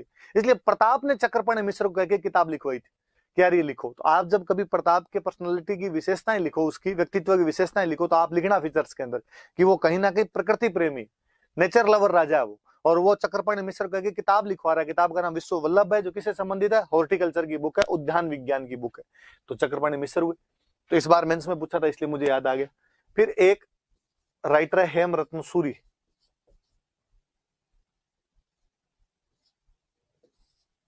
हेमरत्न सूरी नाम करके, सूरी मैंने बता दिया, जैन राइटर। किताब लिखी थी गोरा बादल री चौपाई।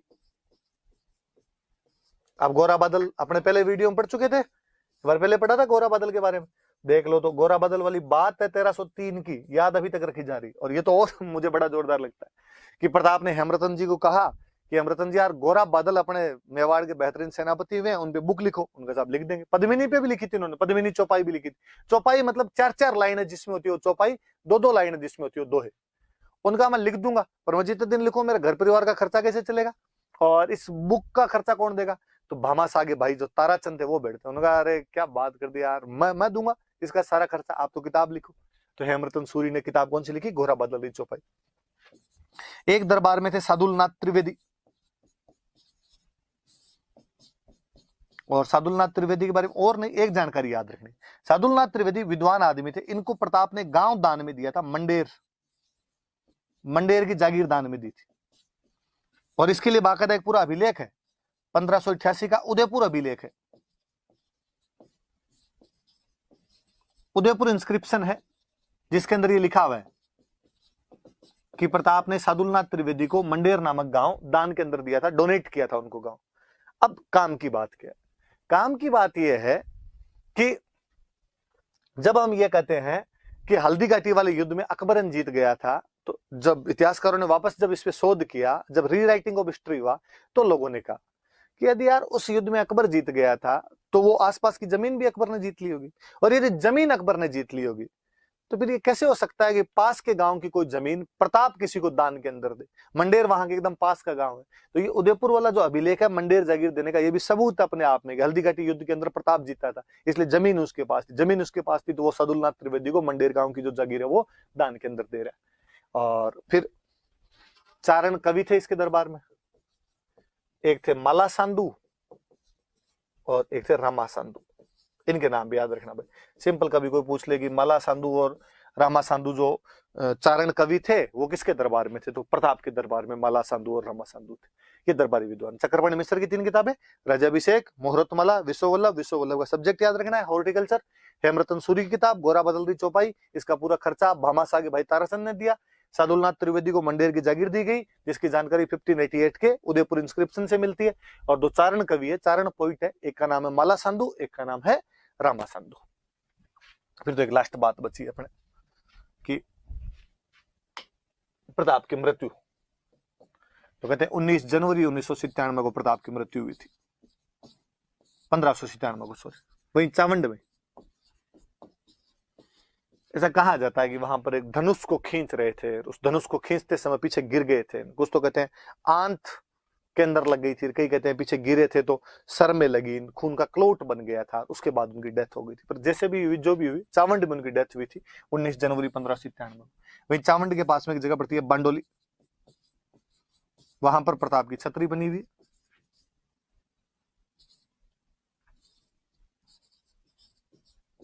वहां पर प्रताप की छतरी, 8 पिलर्स, 8 खंबे हैं उस छतरी में।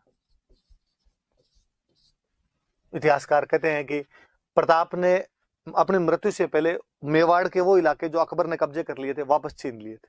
केवल 2 किले नहीं ले पाया था वो, ये तो चित्तौड़ का किला वापस नहीं जीत पाए थे, एक मांडलगढ़ वाला किला वापस नहीं जीत पाए थे। इन 2 को छोड़ के संपूर्ण मेवाड़ उसने वापस जीत लिया था। तो ये 2 याद रखना कि कौन से 2 किले वापस नहीं ले पाए थे, चित्तौड़ और मांडलगढ़। कहते हैं अकबर के दरबार में कवि हुआ करते थे दुर्सा आढ़ा, आगे और पढ़ेंगे हम दुर्सा आढ़ा के बारे में। और जब अकबर के पास में मैसेज पहुंचा कि साहब राणा प्रताप की डेथ हो गई है, तो अकबर का मुंह उतर गया ऐसे, लोगों ने कहा ये कैसे हुआ। और जो अकबर को तो खुश होना चाहिए कि उसका एक दुश्मन मरा है, लेकिन इसका तो मुंह ही उतर गया अपने आप के अंदर।